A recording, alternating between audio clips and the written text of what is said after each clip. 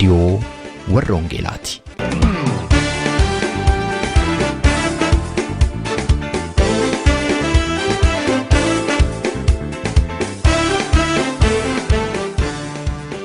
Reediyoon warra Wangeelaa tokkummaa waldoota Oromoo warra Wangeelaa Awurooppaatiin qophaa'e torbanitti si'a tokko guyyaa Sanbadduraa dhaggeeffattoota biyyootii gaanfa Afrikaaf naannoo isaatiif akka lakkoobsa sa'aatii Itoophiyaatti galgala sa'aatii 12 hamma sa'aatii 12:00tti dambalii gabaabaa kiilooheerzii 15,515 yookaanis meetir baandii 19 irratti dhaggeeffattoota kibbaaf giddugaleessa Awurooppaatiif immoo akka lakkoobsa sa'aatii giddugaleessa Awurooppaatti galgala sa'aatii 21 hamma sa'aatii 21:00tti dambalii giddugaleessaa kiilooheerzii 1,355 irratti kan isin qaqqabu tamsaasa Wangeelaati.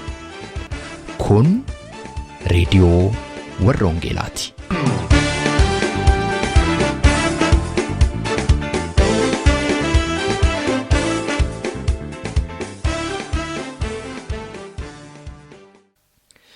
Harka fuunee attam jirtu jaallatamtootaaf kabajamtoota dhaggeeffattoota keenya kun reediyoo warra Wangeelaati. Reediyoon warra Wangeelaa qophii ishee guyyaa har'aa qabattee kunoo dhiyaatteetti.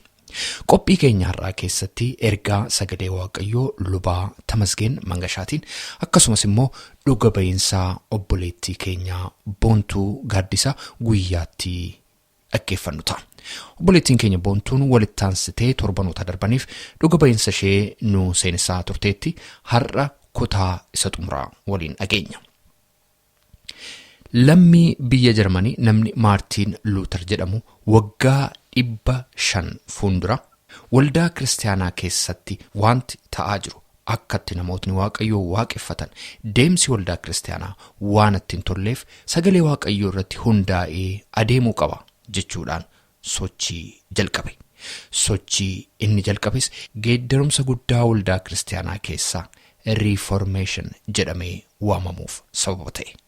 Geeddarumsi guddaan afuuraa kun eegateeti kunoo baranaa waggaa 500 guuta. Geeddarumsi Luuter waldaa kiristaanaa keessatti fide kun har'a waldootii keenyaaf hiika maalii qaba? Nuyi dhaloota amma jirruuf hiikni isaa maali? Kana laalchisee lubii Tamasgeen Mangashaa ergaa sagalee Waaqayyoo nu qabatanii dhiyaataniiru. Egaa hamma xumura sagantaa keenyaatti akka obsaan nu waliin turtan immoo kan isin affeeru qopheessaa sagantaa kanaa ana Roobsaa Bakkooti. Ujjini addunyaa Wangeelaa hubadhaa hundeen Afrikaa humbees Waaqayyoodhaa balbala jabaatee keenya ni sassaakaa dulli kun loola lubbootii dammaqaa dulli kun loola lubbootii dammaqaa dulli kun loola lubbootii dammaqaa.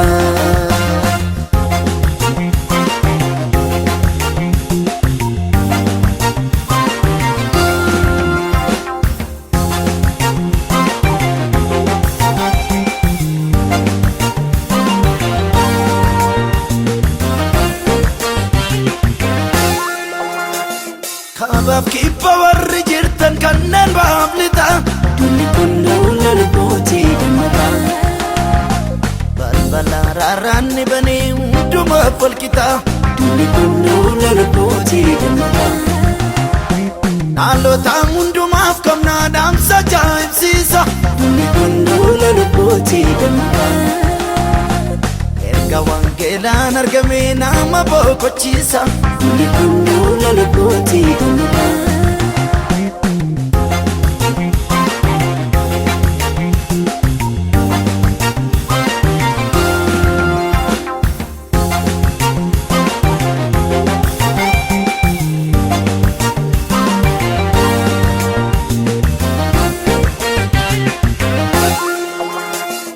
Ergaan keenya guddaani kan saffisu qabu dhaloota hundumaa wangeelaa lallabu jireenya inni botaa marras karaa isaa wallaale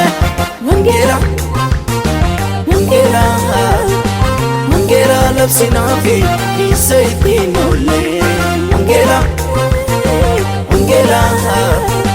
Wangeelaa labsinaa fi isa ittiin oolle.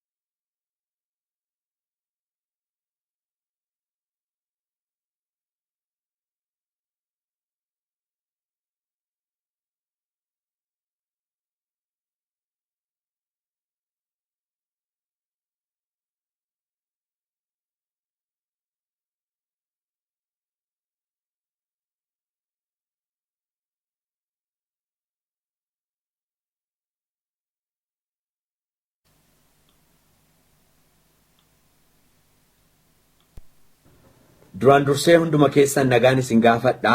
Maqaan koo Lubaa Tamasgeen Mangashaa jedhama. As Kaalifoorniyaa naannoo Saan Firaansiiskoo irraati. Waggaa 500ffaa haara'umsa Luuter fide Reformeeshinii Luuter ilaalchisee dhaamsa gabaabaa dabarsuu waan hin barbaadeef. Guyyaansaa guyyaa har'aa miti. Garuu waldaan addunyaarra jirtu gaafa Diseembar 31 kaasee waggaa kana guutuu waggaa 500ffaan akka inni kabajamuuf murteessanii waldoonni hedduun baay'een kabajaa jiru. Namoota Luuteraan keessa waldaa Luuteraan keessa jiraatanii fi kun haaraa isiniif hin ta'u dhageessaniittu waldoonni Pirootestaantii hedduunis immoo ayyaana kana kabajaa jiru. Ayyaanni kun maalumaaf kabajamuu barbaachise bakka guddaa kanas maaliif laatame jennee yennaa ilaalle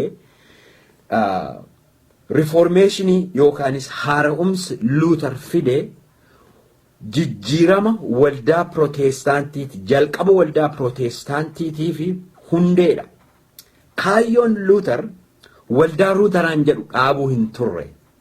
Haara'umsa fiduuf ture. Waldaama keessa jiru sana keessatti reform yookaanis haara'umsa fiduudhaaf kaayyoonsa.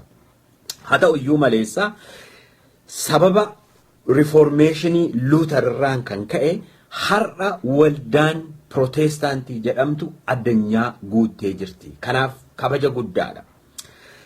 Kana ilaalchisee as waldaan keessaa hojjedhu Luuteraan kaalaandarii isaan ergan dhaamsa isaan ergan hedduunsaa kana qabatee jira. Fakkeenyaaf kaalaandarii kana fudhadhaa. The 500th anniversary of the Reformation jedha. Concordia seminary irraati kan inni ergame. Macaafa kana innaa laaltan adreesiin adda addaa kan irra jirudha. The Lutheran Annual 2070 500 Reformation bara 1517 hamma 2017 waggaa 500ffaa. Wanti waldaa keessatti ta'u hundumtuu bakka adda addaatti simpooziyemiin adda addaa godhamaa jira. Sagantaan adda addaa geggeeffamaa jira. Kanarraa kan ka'e wayi tokkon taa'ee yaade waggaan 500ffaa Luuteraan kana yeroo kabajnu haara'umsa yookaanis Reformeeshinii Luuter fiderraa har'a waldaan Pirootestaantii Oromoo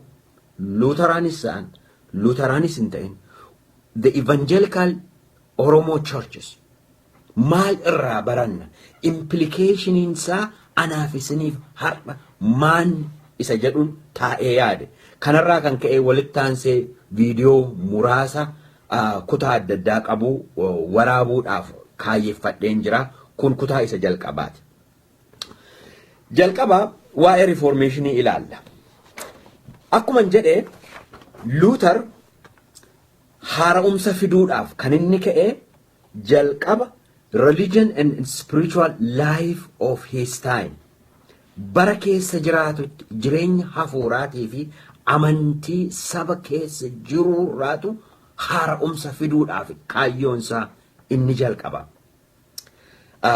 Waldaan sun miidivaalii irraa bara giddu galeessaarraa gara moodariitti akkasiin ceetu waldaan kaatoolikii tradishinii qabdu sanarraa baatee gara macaafa qulqulluutti akkasiin deebitu gara amantiitti akkasiin deebitu gara ulfina waaqayyootti akkasiin deebituufitu ejjennoo isaa kan mul'isu TCC 95 maxxansuudhaan haara'umsa kana jalqabe waldaa kiristaanaa keessatti.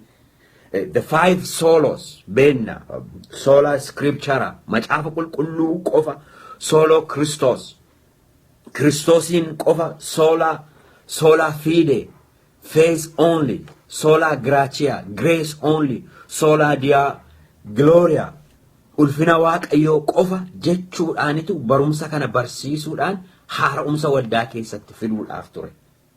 Kaayyoonsaas haara'umsa guddaa fide namni kun jechuudha. Kun egaa kallattii amantii ilaalchisee yookaanis jireenya hafuuraa waldaa ilaalchisee kan inni irratti xiyyeeffate ture. Kanatti hin deebina. Ergaan koos kan inni hundeeffamu kanarratti. Haa ta'u malee wanti beektonni yookaanis church historiaaniin dubbatan tokko waan baay'ee nama dhibu tokko jira. Innis reformation Martin Luther fide jijjiirama siyaasaa, jijjiirama hawaasaa, saayinsii, ikonomii, kominikeeshinii addunyaa irratti keessumaa Awurooppaa irratti hundee guddaa qaba. Reformationii inni fiderraa kan ka'e politics and the law of the land was changed jedhu. Inni kaayyoonsaa isan ture. Garuu namoonni ija jabina isaarraan kan ka'e, namoonni sochiinni godherraan kan ka'e warri kaanis jijjiirama haaraa fiduudhaaf akka isaan kaka'anitu beektonni historians, church historian kan isaan dubbatan. Fakkeenya isaan kennan tokko jira. Bara sanatti political powering or seerri kan inni qabamee jiru power and authority was under church and monarchy. Waldaa kiristaanaatii fi monarchy harka ture. Jijjiirama Luuterarraan kan ka'e, reformationii Luuterarraan kan ka'e garuu namoonni gara separation of church and poweritti addaan baatee waldaa kiristaanaatiif mootummaa akkasumas modern democracies, liberty, right, obligation, individual consciousness akka inni guddatu bu'uura guddaa kan buuse reformationii Luuteridha jedhanii kan isaan dubbatan. Kun siyaasaaf seera ilaalchiseeti. Sana duwwaa miti social orders, ethics, science. Fakkeenyaaf saayinsii akka fakkeenyaatti ennoo fudhanne saayinsiin bara sanaadha conformism ture. Following a traditional standard of conduct. Namoonni bara sanaa kan isaan duukaa bu'anii darbaa dabarsaan kan fudhatan waldaan kan iseen itti amantedha maleessa free exploration namoonni ofii isaaniitii akka isaan explore godhanii fi hin eeyyamamuu ture. Jijjiiramni reformationiin garuu sanaaf bu'uura ta'e economy communication. Kana hundumaa yennaa yeroo qabaanne implicationinsa har'a waldaa keenya keessatti, waldaa Oromoo keessatti maal fakkaata isa jedhu kutaa walitti aanutti jaalala Waaqayyoo jedhe ta'e. Innaas hin jaallattaniin ilaalla jedheen abdadha. Har'a garuu xiyyeeffannaan koo isa Luuter irratti jalqabedha. Innis maanni religious and spirituality. Amantiidhaaf jireenya hafuuraa. Amantiif jireenya hafuuraa bara sanaa ilaalchisee argumentiin inni guddaan Luuter godhe maan gara macaafaatti deebina. Sola scriptura fayyina namaa baatee kan jiru waldaan kiristaanaa kan isheen ittiin geggeessamu barsiisuu kan isheen qabdu hundeen doktiriiniin waldaa kiristaanaa kan inni irratti bu'uureeffamuu qabu macaafa qulqulluu irratti. Macaafa qulqulluu irratti wanti hin hundeeffamne hundumtuu yaada waaqayyootiin alaa. Sola scriptura gara macaafaatti hadeebinu gara barsiisa macaafa qulqulluutti hadeebinu gaaffii jedhu ture gaaffiin Luuter. Waldaan bara sanaadha, geggeessitoonni bara sanaadha, tajaajiltoonni bara sanaadha barsiisa macaafa qulqulluurra waan fagaataniif practice isaan godhan wanti waldaa kiristaanaa keessatti bara sana geggeeffamaa ture daandiin fayyinaati jedhamee waldaan kiristaanaa kan isheen barsiisaa turte hundeensaa macaafa qulqulluurra waan hin hundeeffamnee fi macaafa qulqulluutti hadeebinuu isa jedhu. Sola scriptura gara macaafa qulqulluutti. Taa'ee yaade haala waldaan Oromoodha. Waldaan Protestaantii isa ta'u waldaan Luuteraan bara kana keessa jirtu. Luuter bara kana atuu jiraate waldaa bara kana jirtu atuu arge maal ittiin jedha laata?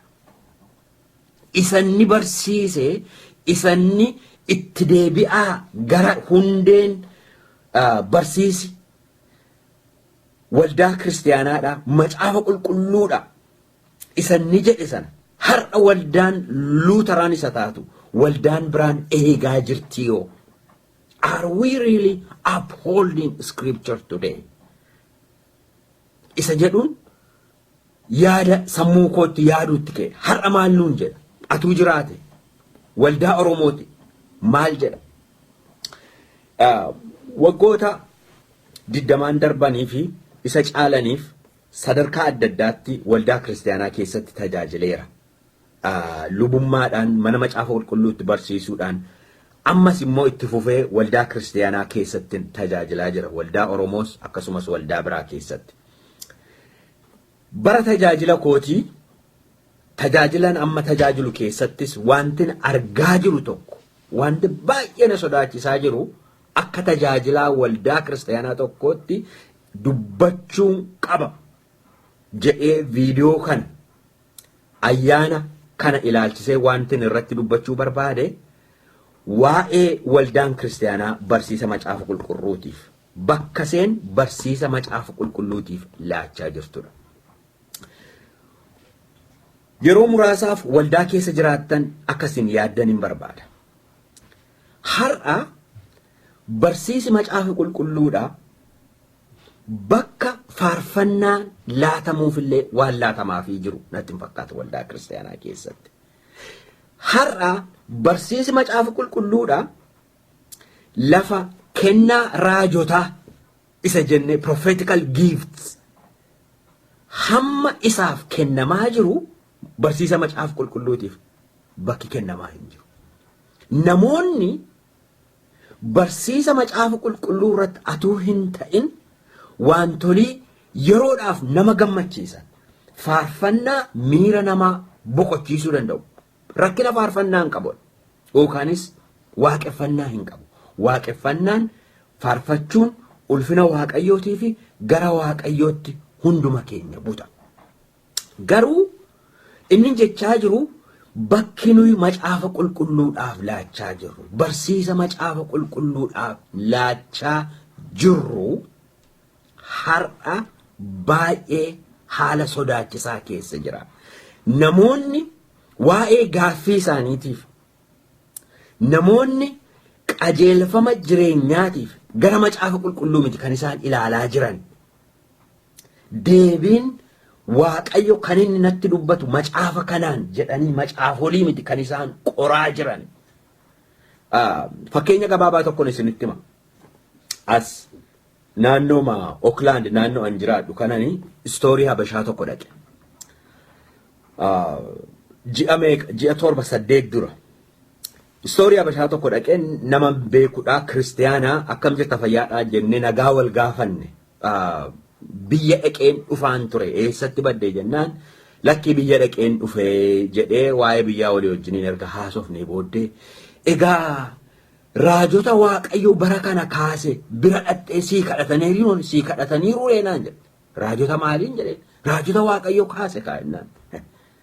An raajii caaluu macaafa waa'ee jireenya kootiitiif eenyummaa kootii natti himuun qabaa. Gara namaa dhaqu nan barbaachisu obboleettii koon jedheen. Ayanoo namoonni asiiyyuu raajonni nuufa kadhatu jedhanii hin naqu. Warri kaanoo bilbilanii akka isaan kadhatanii fi warra firoota isaaniitti himanii bilbilchiisanii kadhatu erga dhattee maal? Isa booddee baay'een gadde namoota akkamiitu waldaa kiristaanaa keessatti har'a uumaa kana nuti jiru. Dubbii jireenyaa isa qabu sagalee waaqayyoo of bira kaa'anii namoota irratti kan hirkatan ija namaa kan ilaalan raajiin asii bahee maayilii 2,000 jiru waa'ee isaanii waa'ee mana isaanii waa'ee jireenya isaanii akka inni isaanitti dubbatu barbaadu macaafa qulqulluu dhiisanii. Har'a waldaa kiristaanaa keessatti konfiraansii nuyi qopheessinu sagantaa nuyi qopheessinu yennaa laalle namoota gara macaafa qulqulluutti gara dubbii waaqayyootti kan fidu miti. Barsiisu dubbii waaqayyoodha iddoo guddaa qabatee hin jiru. Raajii abaluutu dhufe jedhama isa duukaa yaa'u. Raajii abaluutu konfidentii akkasii irratti qophaa'aa jiru. Namoonni isa duukaa yaa'u. An kennaa raajummaatirraa rakkina hin qabu. Waaqayyo namoota hin kaasa. Garuu namoonni raajota jedhaman sennaa ilaalle rakkina guddaatu jira. Baay'een isaanii macaafa qulqulluu kan hin barsiisne. Tokko argee waldaa dhiisii bayi kan nama jechisiisudha. Yeroo dubbifannaa macaafaati yeroo sagalee waaqayyoo itti hirmaannudha jedha. Al tokko kutaa tokkorraa hin dubbisu. Kutaa itti dubbisan sanallee deebi'anii kutaan kun kana jedha. Waaqayyo kana keessaa kana nu barsiisa. Waaqayyo akkasittiin akka nuyi jiraannu nurraa barbaada jedhan yeroo isaan dubbatan hin ilaallu.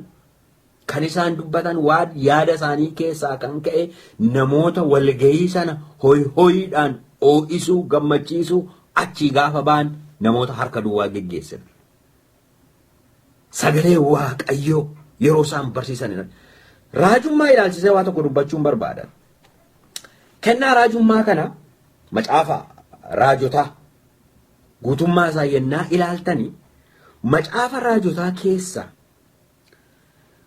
parsantaan 78 ol kan ta'u harki dhibba keessaa 78 ol kan ta'u akka beektota macaafaatti force telling yookaanis raajummaa miti wanta gara fuulduraatti ta'e raajii dubbachuu miti. Kan isaan dubbatan saba waaqayyo itti ergatan moototatti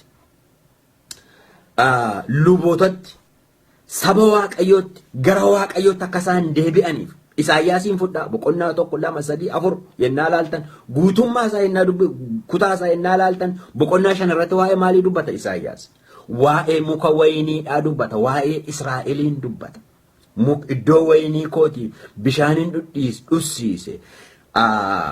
Kanan laadheef kanan godheef jedhee waaqayyo komee saba sanarraa qabu yeroo inni itti dubbatu ilaala. Boqonnaa tokko immoo jalqaba isaa dhaqaa ilaala. Waa'ee maaliif kan inni dubbatu? Harreen goronnoo abbaa isaa baaddu warra saatii bare sa'is gara goronnoo seetiidhaatti Israa'el garuu na wallaale jedhee komii waaqayyo Israa'el irraa qabu yeroo inni dubbatu ilaala. Raajotumti bara duriidha. Isaayyaas faan, Daani'eel faan, Ermiyaas faan, Hisqeel faan ennaa laaltanii saba waaqayyootti ergaa waaqayyo qabudha kan isaan dubbatan. Raajii miti kan isaan dubbatan. Yookaanis gara fuulduraatti wanta ta'u miti. Eeyyee gara fuulduraatti wanta ta'u dubbataniiru. Dhalachuu Kiristoos ilaalchisee waggaa 600 fuuldura wanta ta'uudhaaf jedhu yeroo isaan dubbatan ilaalla. Xiyyeeffannaan isaanii inni guddaa boqonnaa 40 irra dhaqaa ilaalaa.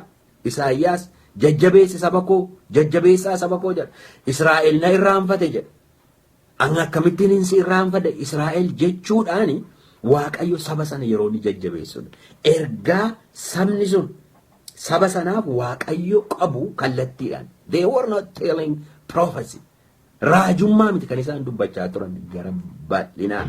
Har'a kan nu arginu kan dubbatamu raajii sin dubbatame yennaa ta'e hammeenya dubbatamu yeroo inni jal'ina raawwatamu yeroo isaan dubbatan hin arginu. Waa'ee nyaataa, waa'ee dhugaatii, waa'ee dhukkubaati kan isaan dubbatan. Kanaafi kun hundumtuu sababa kan ta'e immoo namoota barsiisa macaafa qulqulluurraa deebisuu keenyadha. Waldaan kiristaanaa kanatti hin deebitu taanaan dhalootni horachaa jiru. Dhaloota sagalee waaqayyootiif bakka hin laanne, dhaloota dubbii waaqayyootiif ulfina hin laanne horaa adeemna taanaan kufaatiitu adeemaa jira. Kufaatiitti adeemaa jira.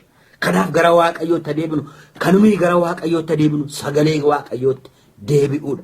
Soolaa iskiriipchara. Nagaan, fayyaan, eebbi kan keessa jiru sagalee waaqayyoo keessa miti. Sagalee waaqayyoo keessadha dhiifama. Afaan raajotaa keessaa miti. Namoota akka isaan ilaalan hin godhinaa. Warri raajiidha waaqayyo raajummaadhaan nu kaase jettanis immoo sagalee waaqayyoo barsiisaa. Raajiin raajii caalu sagalee waaqayyooti. Raajiin raajii caalu sagalee waaqayyoo keessa jira. Raajiin hundumtuu kan inni ittiin qoramu yennaa jiraate dubbii waaqayyootiin. Kanaafi riformeeshinii haaraatu nu barbaachisa waldaa keenya keessatti har'a.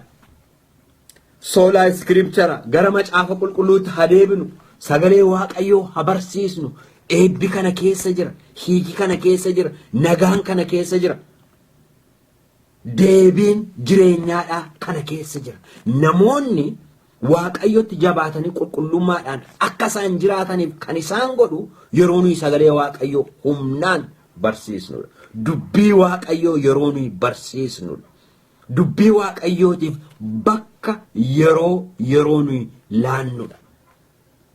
Waldaa keenya keessatti bakni iddoon sagalee waaqayyootiif kennamaa jiru diminish ta'aa yeroo inni jiruun tajaajiluma waggaa 20 olii keessatti kan hin argaa jiru kan baay'ee na sodaachisaa jiru isa kanadha. Kanaaf obboloota koo ani faarfannaa irra rakkina hin qabu. Waaqayyoon waaqessuudhaan faarfachuudhaan galata waaqayyoofan dhiyeessa. Kennaa ayyaanaa irraa rakkina hin qabu. Kennaa ayyaanaatti nan amana. Hundumaarra kan caalu galuu sagalee waaqayyooti. Phexros kan inni jedhu isa kanadha. Phexros boqonnaa 2 yennaa dubbifanne Phexros lammaffaa dhandhee yennaa dubbifanne sagaleen waaqayyoo kan inni jedhu isa kanadha. Kanaaf waggaa 500ffaa Luuteriin yeroo kabajnu inni tokkoffaa akkuma inni jedhe soolaa iskiriipchara macaafa qulqulluu qofa gara jedhutti akka nuyi deebinuun barbaada. Implicationin har'a waggaa 500 booddee anaaf isiniif dhaloota bara kana jiraannuuf waldaa bara kana jiraattu gaggeessitootaaf tajaajiltoota bara kana jirruuf implicationin ni qabu yookaanis ergaan ni qabu gara macaafaatti akka nuyi deebinu akkuma kaleessaa waaqayyo har'as hunduma keenya waamaa jira. Gara barsiisa macaafaatti gara namootaaf sagalee waaqayyoo barsiisuutti sagalee waaqayyootiif iddoo laachuutti deebi'uutu nurra jiraataa isa jedhudha. Isa ittaanutti socially politically implicationinsa maal fakkaata? Jireenya hafuuraa irratti implicationin waldaa bara kanaa in light of reformation yennaa laalle ergaansa anaaf isiniif maal fakkaata isa jedhu walii wajjiniin hirmaanna. Lafa jirtanitti waaqayyo sinaa eebbisuu isinii wajjiniin haa ta'u. Ayyaana isaa isiniif haa baay'isuu, nagaa isiniif haa laatu. Ameen.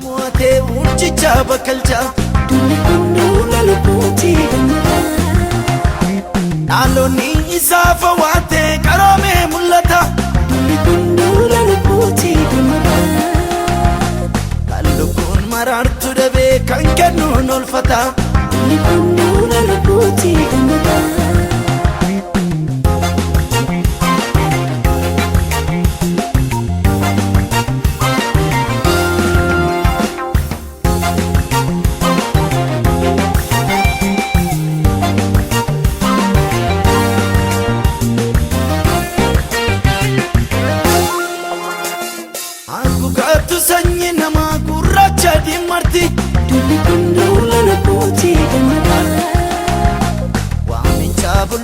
qabna mandara lafati dulli kunduula lubbuuti dammata biyyota hunda laallata mootis dabalate dulli kunduula lubbuuti dammata Kiristoosiin haalan jiru kan du'aa mo'ate dulli kunduula lubbuuti dammata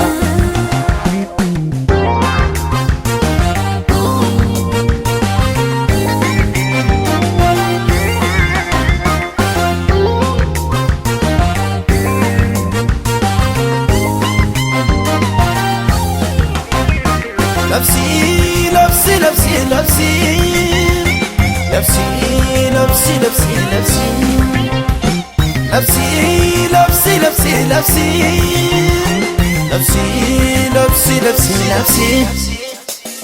addunyaa na dhaggeeffatu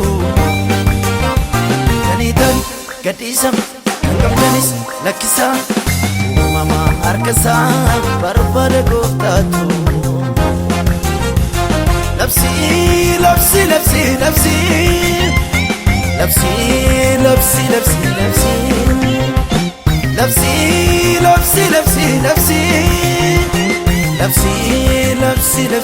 Kun reediyoo warra Wangeelaatii sagantaan keenyaa itti fufa. Meetir baandii 19 yookaan immoo kiiloo heerzii 15,515 irratti guyyaa sanbadduraa galgala sa'aatii 12 hamma sa'aatii 12:00 kan isinii darbu tamsaasa kana YouTube irratti, SoundCloud irratti, karaa Facebook akkasumas immoo karaa websaayitii keenyaa hordofuu dandeessu. Websaayitiin keenyaa maqaansaa www.uoece.org jedhama. Irraan isinii deebi'a. www.uoece.org jedhama. Dhaggeeffattoota keenyaa biyya Ameerikaa immoo itti dabalaan lakkoofsa bilbilaa 518-247-2 irratti tola bilbiluudhaan akkasuma nu dhaggeeffachuu akka dandeessan isin yaadachiisa. Facebook irra jirra, laayikii nu tolcha, YouTube fi SoundCloud irras jirra, subscribe gochuudhaan karaa isinitti tole nu hordofuu dandeessu. Jaallatamtootaaf kabajamtoota dhaggeeffattoota keenya itti aansuudhaan immoo dhuga ba'iinsaa dhageenya. Obboleettiin keenya boontuun akkuma torbanoota darban keessatti dhuga ba'iinsa ishee nuu hiraa turte biyya Arabaa keessatti rakkinni guddaan hammana jedhamee himamuu hin dandeenye akka ishee mudate dhuga ba'iinsa ishee irraatii dhageenyeerra. Haa ta'u iyyuu malee Waaqayyo rakkina hammaataa kana keessaatii akkamitti akka ishee butee baasee guyyaa har'aa dhuga ba'iinsa ishee yeroo xumurtuu nutti himti. Dhuga ba'iinsaa obboleettiin keenya boontuu kutaanni xumuraa kunuuti. Waldaa san keessatti yeroodhuma san Waaqayyo natti dubbatee obboleetti biyya Kuwait keessa turtee baay'ee erga dhuftee turtee jirta, gara Itoophiyaa erga galtee turtee jirta. Garuu biyya san keessatti karoorri diinni sirratti baafate akkaati maraattuuf, akkaati biyya san keessatti haftuuf, akka ati gara biyya Itoophiyaatti hin deebineedha. Kan xonqaayiidhaan kan sirratti hojjetame naan jedhe. Garuu ani hargee jiraa jedhe Waaqayyo. Isa xabaattu sirratti hojjete san hargee jiraa jedhe. Ani dabarsee sillaannee jedhe. Harka jallootatti dabarsee sillaannee jedhe. Si balleessuufi miti naan jedhe Waaqayyo. Waa si barsiisuufini malee ani si balleessuufi miti jedhe Waaqayyo. Galanni Yesuusiif haa ta'u. Waaqayyo kana natti dubbate fuulduratti ba'ee bakka baay'ee jireenyi koo dhukkubaan qabamee jira. Na dhukkuba dhoksaa Waaqayyo bishaan kan beeku qaamni koo nan jiru, qaamni koo na hooksisa, uffata uffachuu hin danda'u jechuudha. Qaama kiyyatti na nammee akka kunuu nama waa tokko bakka qaama kiyya kanatti nammee qaamni koo kun na gubaa, gizeen hooqe qaamni kiyya kun hin dhiiga, qaamuma kiyya kana keessan dhiinni hin ba'a jechuudha. Gizeen hooqu baay'ee eenyumatti iyyuu hin himuu, baay'een dhossaatti ittiin rakkachaati ture. Yeroon ittiin rakkadhee yeroo muraasan booda garuu obboleettii koottanii madhee obboleettiin koo kun laaltee mana yaalaa na geessite. mana yaalaa nageessite qaama kiyya kana maramaranii homaayyuu dhukkuba hin qabdu maal jedhan bakka isaan manumti yaalaa guddaadha jedhameyyuu beekuu hin dandeenye jechuudha. Qoricha mana yaalaa biraatti rifarinaa barreessanii achis dhannaan homaayyuu naaf hin goone qoricha naa kennanii qorichi sunis na fayyifne guyyaatti qoricha 15 inata 15 olidha kanaan fudhadhu jechuudha. Kanarraan nama ijaan arguu hin barbaadu jechuudha. Namatti mul'achuu hin barbaadu. Baay'een nama dhokadha. Gizeen gadi bahurree fuula kiyya hin mul'isu jechuudha. Fuula kiyya dhosseeti nan ba'a.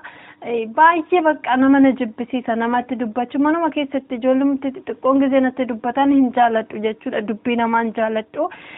Kana keessatti garuu baay'ee waaqayyoo gara waaqayyootti deebi'uudhaaf na dhoowwa bakka waan na dhoowwutu jira ani jaaladhe isin miti faarfannaa gizeen dhaggeeffadhu bilbila kiyya keessa gizeen dhaggeeffadhu faarfannaa kana nan jibba jechuudha jibbee guyyaan faarfannaa keessa balleesse faarfannaa bilbila koo meemoorii kootirraa balleesse sirbatti caansisu deemee mana muuziqaa deemetinan faarfannaa keessa dileetii godheetinan sirbatti caansifadhe galee beeka dhugaa waaqayyo sirba 250 itti caansisee galeen sirba kanaan baay'een dhaggeeffachaati ture yeroo sanitti faarfannaa kan jedhamu sagalee waaqayyoo kan jedhamu tasuma odoon dhaga'u baay'ee baay'ee natti tola.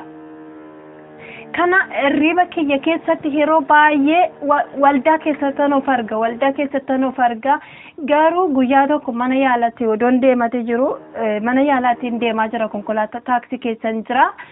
Tajaajilaa wayii karaa gubbaatti taaksii mataan keessatti na bukkee taa'ee waa'ee waaqayyoo natti dubbachaatee jira.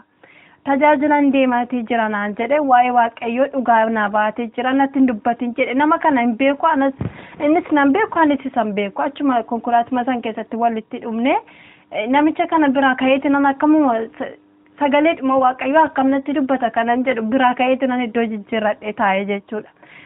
Kanarraa waaqayyoo yeroo sanirraa kaase mana waldaa sana aduun seene san jalqabee waaqayyoo akkasinaan jedhe dhukkuba hamma ittiin dhiphachaa jirtu dhukkuba ittiin qabamtee irratti yeroo mara boosu kana lammata deebitee hin agartu naan jedhe obboleettiin koo qoricha tsabala itti naanatte gurra kiyya kanatti osuma nan hin jaalanne oduman diduu gurra kiyya kana qabdee tsabala jettee bishaan itti naanatte jechuudha. Garuu nan fayyifne innis nan fayyifne qorichis nan fayyifne garuu gaafan mana waaqayyoo kootti deebi'u gaafan fuula waaqayyoo duratti nissaa galu waaqayyoo dhukkuba kootis ani namatti simadhee miti waaqayyoo hargee jira isan dhoosaatti ittiin dhiphadhu sanis waaqayyoo hargee qaama kiyya kan akkasitti na qunca'ee qaamni koo na gubu sanitti zayitiin tunaa dibamee biirootti na galchanii zayitii itti dibadhu naan jedhanii zayitii irratti kadhatame naaf dibanii gurra kiyyatti zayitii sannaa kennanii yeroon zayitii sun qaama koo tuqu jalqabee nagaan argadhe galeetti hirriban rafeen beenne waggaa 4 fi 6 dhiphadhe hirriba dhabee waggaa 4 fi 6 dhiphadhe abjuu kiyyaan waan natti dhufuun beeku bakka hergan mana xonqaayii san seeniti abjuu kooti waan natti dhufuun beeku bakka maraatu na godha mana hidhaa keessatti kuweetitti yeroo hidhamee baay'een isaanii mana hidhaa san keessa kan jiran sammuu isaanii kan darbe kan maraatanii hidhamanii kan jiran harki isaanii hidhamanii kan jiru waggoota dheeraa kan lakkoofsisan mana hidhaa san keessatti diinni gara kootti kan dhufe garuu maraachachitti na hammisuuf inni na wajjin jiru garuu isa kan isaanii hin caala waaqayyoo dubbii isaatitti dhaga'uu baadhu dubbii isaa otuman dhaga'uu darbee deemuu kootirraan kan ka'e lafoonaa keessatti waa hedduu na barsiise saba waaqayyoo garuu waaqayyoo nan balleessine du'a koo ammiseera waaqayyoo maraatummaa koos ammiseera sibiila waraanamee osoo mana yaalaa hin deemin waaqayyoo achuma keessatti madaa kiyyarraas na fayyisee jira qormaata amma hin jedhamne gaafa bita koos ilaalu mirgi koo dukkana natti ta'ee gargaarsa dhabe amma namni na baqatu dirasitti waaqayyoo garuu nan buufne waaqayyoo na gatensee waaqayyoo na dagatensee duuti kwaasitti biyya ormaa keessatti du'ee hafa maatiin kootu argin jedheen boo'ee garuu waaqayyoon duutu naan jedhe nan jiraadhe nan darbe kun har'a nagaa argadheetti nan nagaa eenyumtuun qabneen qaba nagaa biyyi lafaan qabneen qaba nagaa haddaasan qaba gammachuun qaba keessi koo gammachuudhaan amma boossee gammaduuf jirtanaan jedhee akkuma jedhe Waaqayyo naaf godhee jira galanni Yesuusiif haa ta'u obboloota koo keessumaa obboloonni biyyoota Arabaa keessa jirtan barumsa irraa argattu jedhee abdiin qaba baay'een isaanii mana hidhaa keessattidha kan mul'atan ija kootiin nan arge nama kumaatamatti lakkaawwamuudha mana hidhaa Kuweet keessatti hidhamanii kan jiran maraatanii kan jiran maatii isaanii kan hin beekne biyya isaanii kan hin beekne baay'eetu jira waa tokko malee balleessa tokko malee hosuma hidhamanii hoggaa 2 hoggaa 3 kan hidhamanii taa'antu jira ani garuu gaafa mana hidhaa san seenu namichi keessin galchu wayin attee baate siin jedha akkumis akkasumatti attee baate atanii badan jedhani kun hoggaa 2 hoggaa 3 dhamne an galtu hasumatti hoggaa 2 hoggaa 3 dhamtanaan jedhanii turan ani garuu hin hidhamne torbee 2 hidhame osoo waa tokko hin jedhin paaspoortii kootii fi tikeettii fidee dhufee na galche biyya kootti inni gaarii ta'eetii miti sababbii Waaqayyo na wajjiniin jiruuf sababbii Waaqayyo na gargaareef mana hidhaa sanii bahee to'ee gale malee namichaan sun gaarii ta'eetii miti Waaqayyotu na wajjiniin jira obboloota koo obsaa baay'een keessan mana hidhaa keessa kan jirtan mana keessatti hidhamtanii kan jirtan bariin akkuma koosan bariin isinitti cufamaatii kan ture Waaqayyo nan argu Waaqayyo nan millatu warri jechaa jirtan Waaqayyo hin arga Waaqayyo beekuma callisa waatin barsiisuuf sin jalaa callise malee Waaqayyo sin gatuuf sin dagachuuf miti obboloota iji keessan Waaqayyo irra haa ta'u malee Waaqayyo yoomiyyuu nama hin gatu ana na fayyise ana nagaa naa laatee jira erga nani nagaa argadhe eenyumtiyyuu inni nani nagaa argadhe wantoota kana hunda keessaa na baase Waaqayyo sin bira sin jira guyyaa eeggadhaa obsaa Waaqayyotti boo'aa galgala ganama imimmaan keessaniin Waaqayyoon kadhadhaa Waaqayyo sin argaa gooftaan sin eebbisu dhuga ba'umsa kiyyaa asirratti hin xumura gooftaan bara keessan haa eebbisu warri dhuga ba'umsa kiyya kana karaa reediyoo warra wangeelaa sin qaqqabaatii dhaggeeffachaa jirtan biyyootuma kamirrayyuu jiraattanii jecha gooftaan sin eebbisu eebbifamaa waa tokko irraa hubattu jedhee abdiin qabaa Waaqayyo sin eebbisu akkasuma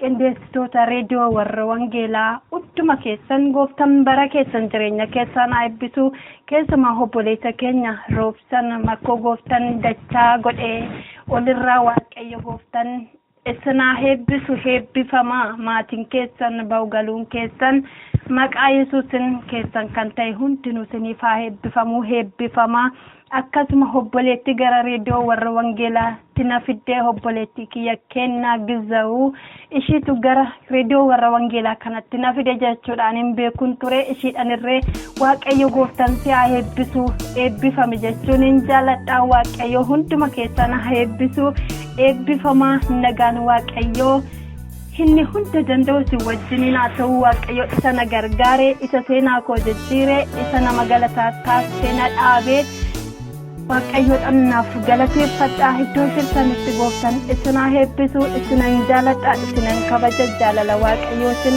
eebbifamaa. Harkisa jabaa karaan dhufe kaayyee si'almee kan harkaa kufe utuu nani diigame maanii boo'u hin dhufe kan jaalalaan hin hafu. Harkisa jabaa karaan dhufe kaayyee si'almee kan harkaa kufe utuu nani diigame maanii boo'u hin dhufe kan jaalalaan hin hafu. Seenaa dhalootaa handhuura rakkoo of keessa waaleetu naaftee seenaa dhalootaa handhuura rakkoo of keessa waaleetu naaftee seenaa dhalootaa handhuura rakkoo of keessa waaleetu naaftee.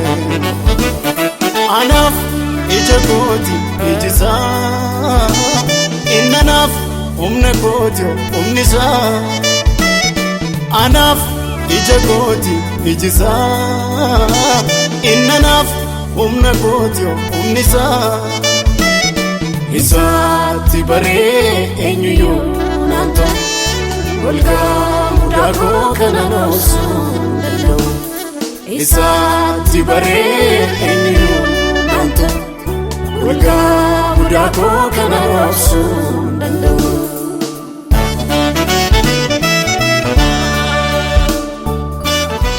Dhaggeeffattoota keenyaa sagantaa keenya irratti akka eebbifamtan abdii qabna. Waa'ee sagantaa keenyaa gaaffii yookaan yaada yoo qabaattaniif karaa teessoo xalayaa keenyaa rww@tevelingsvine13 Oslo Norway jedhaatiin nu barreessaa yookaanis karaa iimeeyila keenya raadiyoowarrawangeelaa@gmail.com jechuudhaan nu qunnamaa.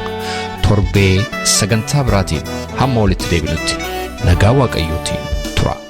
Amummi kosobse dabarse Eeboo kosuuta yerse Miidhaan desfiriinsaa hin argamne Innaa lalaalee nannanannamne Amummi kosobse dabarse Eeboo kosuuta yerse Miidhaan desfiriinsaa hin argamne Innaa lalaalee nannanannamne Seenaa dhalootaa handhuura rakkoo of keessa waaleetu naaftee mabbaatu Seenaa dhalootaa handhuura rakkoo of keessa waaleetu naaftee mabbaatu Seenaa dhalootaa handhuura rakkoo of keessa waaleetu naaftee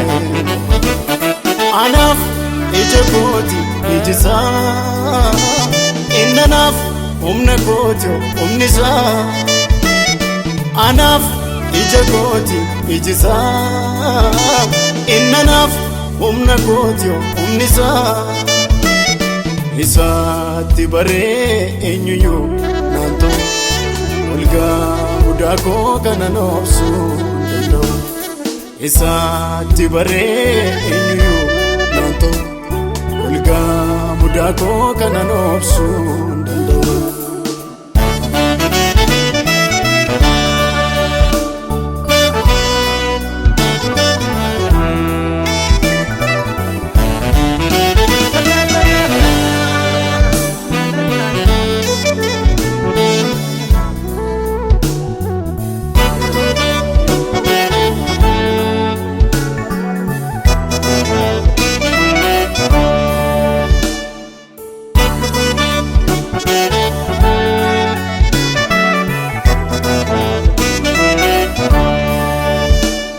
Yammuutiin taa'e laalu amma koo wal faallessa yaadin qabuuf humni koo lakkaa'ee toora galashee gudunfee ta'u dinnaan harka isaarratti kufee Yammuutiin taa'e laalu amma koo wal faallessa yaadin qabuuf humni koo lakkaa'ee toora galashee gudunfee ta'u dinnaan harka isaarratti kufee Oolshaadhaaf okkalshaadhaa lanama ka'umsaaf ga'umsaa koo ganama Yesuus jaallatama